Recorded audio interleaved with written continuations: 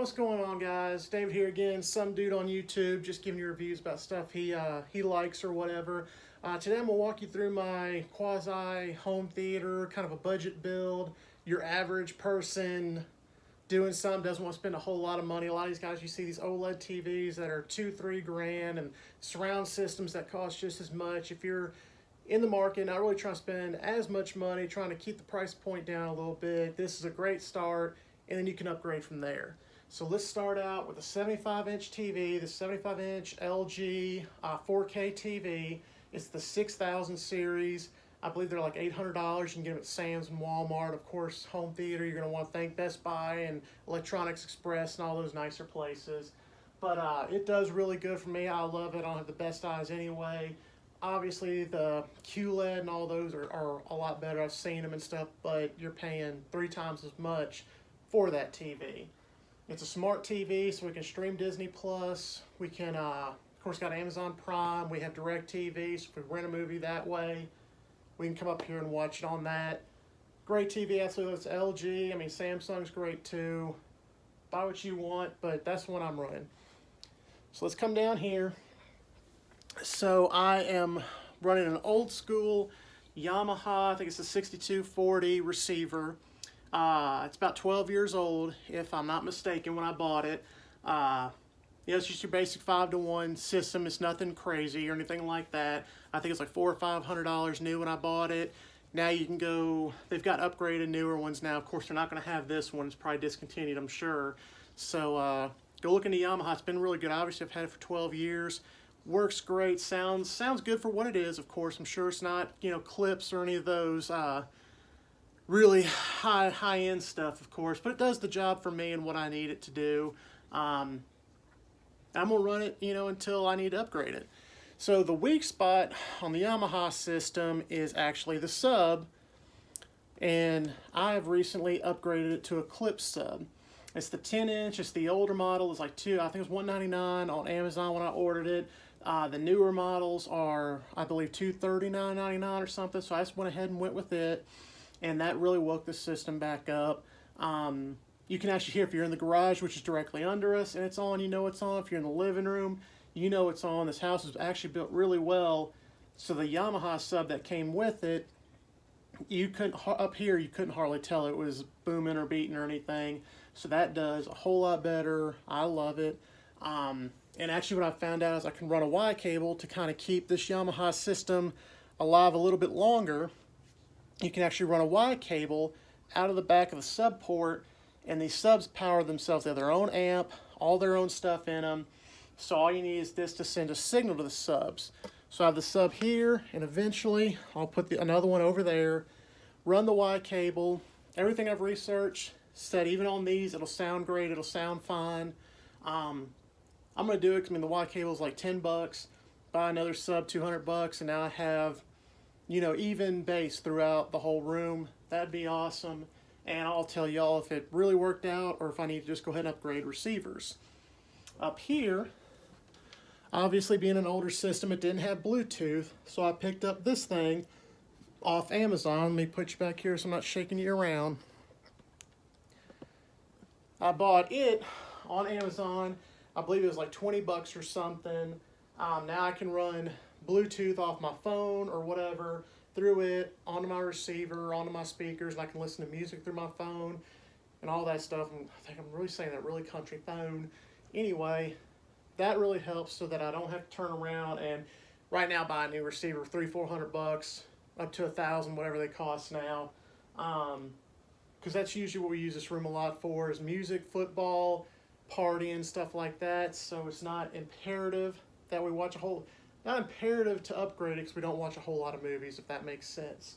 But I do love it. I'm ready to upgrade all the speakers. So we got the speakers on the wall here.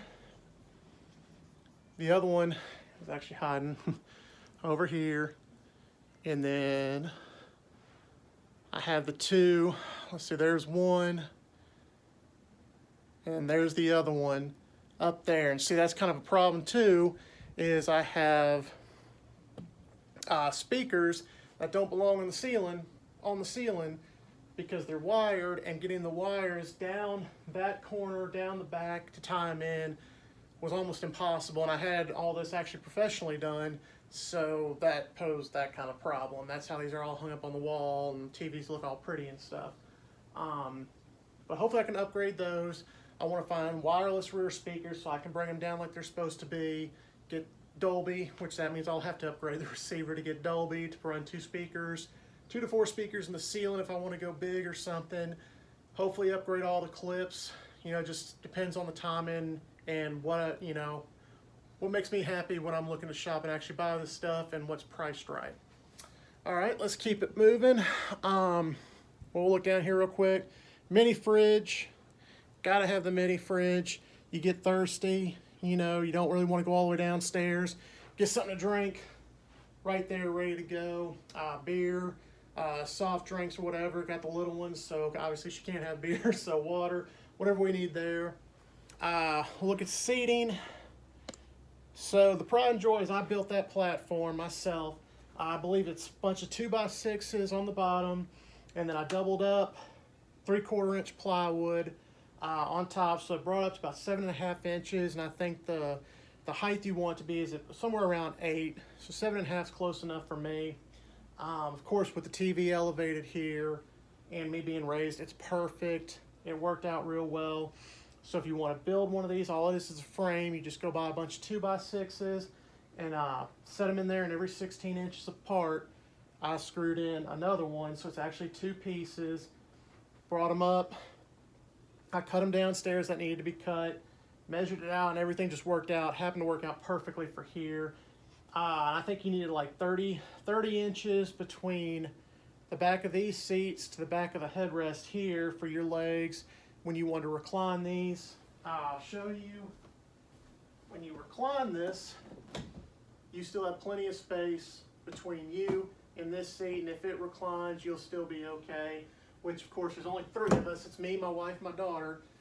So most of the time, we don't have to worry about that. But if we have friends over, football or movies, we're not going to have a problem. All these recline too. We recline here and here, of course, on the outsides. All of those recline. Got the cup holders and the remotes where they go. Of course, blankets everywhere. Pillows, keep everybody comfortable. And let me go back to this because I was talking about it. So it's all 2x6s. Basically, I built frames on the inside, went 16 inches apart on center, and it's basically 2 pieces, screwed them together. And then when I put the plywood down, this was my mistake. I had wood glue to put on there to glue the pallets down, or to glue the plywood down, and then go ahead and screw them in.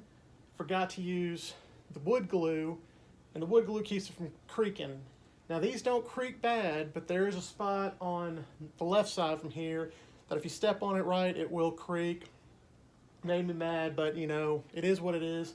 Now the other side to that is I put insulation. Took insulation, I put them between at least every other one, if not every one, depending on, you know, your budget, between the 16-inch spaces, and that helps absorb the bass and any kind of speaker stuff. So it doesn't shake, rattle, and roll that my platform under there. Of course, I put a lip on it so that I could add these lights, the LEDs. Of course, you see part where they do poke out a little bit, kind of irritates me, but you know, it is what it is. It's budget build. I didn't go buy $1,500. Like I said, this whole project here might have cost me $200, if that. I don't even think it cost me that.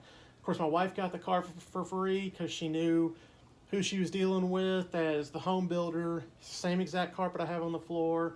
And then of course the cushion. You want to get that the carpet. I don't know what it's called, but there's an insulation. There's a piece that goes between the carpet and the floorboard, and some people cut that corner and don't do it.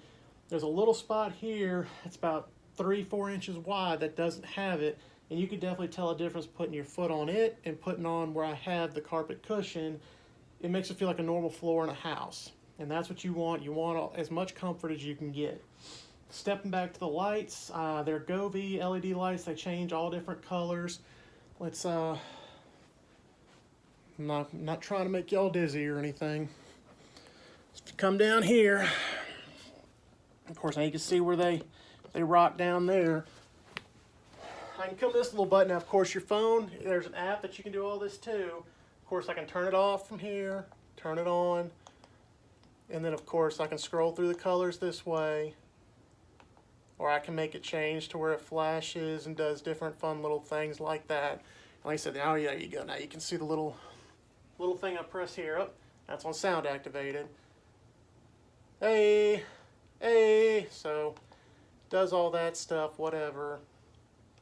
So you can do it from here. Of course, like I said, I've got the app that you can do it, but it's nice to have on. We turn it, these things are really bright, so we turn it down to probably about 3 or 4% when we're watching a movie, but that way, if you have to run to the restroom or anything, we don't want to turn the lights back on, you don't trip and fall to get back up it or even to get off it. And when you have a 4-year-old and a clumsy wife, between the two of them, you don't want them falling and getting hurt. Let me set that back up there. So it's a nice little setup. I love it.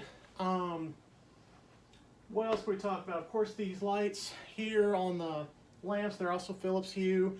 So sometimes we turn them on to blue or something. If we're watching movies, we don't usually turn those off. We've got an LED strip, as you kind of saw on the back of the TV. We'll turn it way down and turn it to blue, and that gives it a nice little feeling, or nice little scene, I guess. You got the little blue lights under there, the blue lights on there. Put them on real dim. Doesn't take away from the movie. Makes everything look better. The sound system's good. These sound panels, you might can see above my head. Where's it at? Over here. This sound panel, another one up here on the wall. They're the cheap ones off Amazon. I think they're 2-inch thick, 12 inches, 12-inch squares. Basically what I did is I glued them to corkboard and then took the corkboard and had those sticky tab things that you can stick on the wall and you can pull them off and they won't damage the wall. Took those and I stuck them on the wall, and they're all stuck everywhere. They're Gorilla Glued on, so they don't damage the wall or hurt anything. Do they help with the sound? When I first put them up, I felt like I could tell a difference. Of course, now that I've had them up so long, I don't really know, and I've got more in the room now to kind of break up the sound anyway. Are they as good as, like, one of these panels? Probably cost me 20 bucks to make. A real panel is going to be 200 bucks. So clearly there's a difference. If you're building a real home theater and really dumping money into it, that's what I would go with. These will work good. You can get them in all black, and kind of I wish I would have done that now.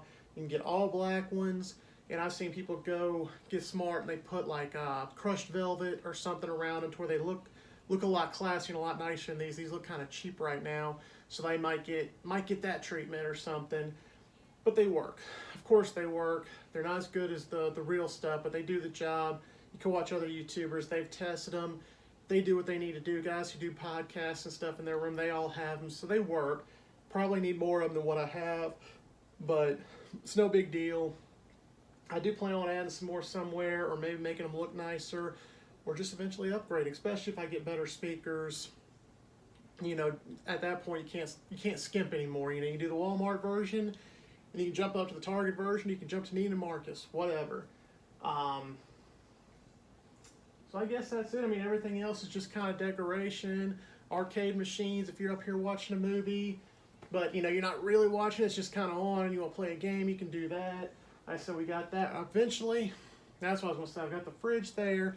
Eventually, where the little storage thing is in here, I'd love to chop it out. Let's look at that. This thing right here, it sticks out from the wall, as you can tell. I would love to chop into here, go ahead and drywall it all the way back, and end up almost making this kind of like a dry bar.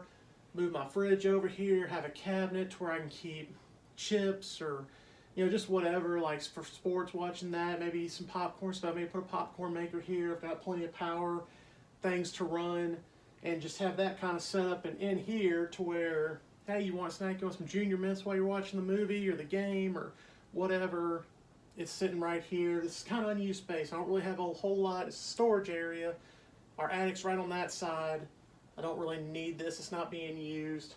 Of course, that's, you know, that's money, but that's almost the next step I would love to do, is to cut this back, insulate it, drywall it out, put a nice cabinet in here, move my mini fridge over here to where I can utilize that corner a little better, and do that. The other idea is to kind of cut it out and just make like a little cubby hole with maybe a futon, because we do have friends over, if we have family over, anything, and they need a place to stay. We have other beds and futons, but that's just one more spot for them to hang out.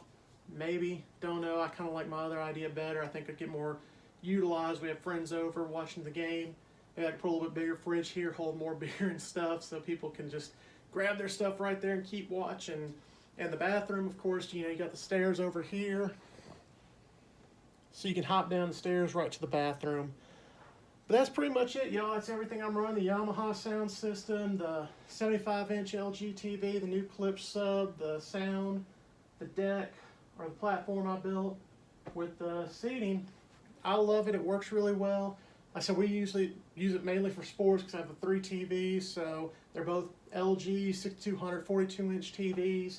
On either side of the big one, I can watch 3 football games at once, or baseball, hockey, and NASCAR, or just whatever, you know, we plan to watch that day.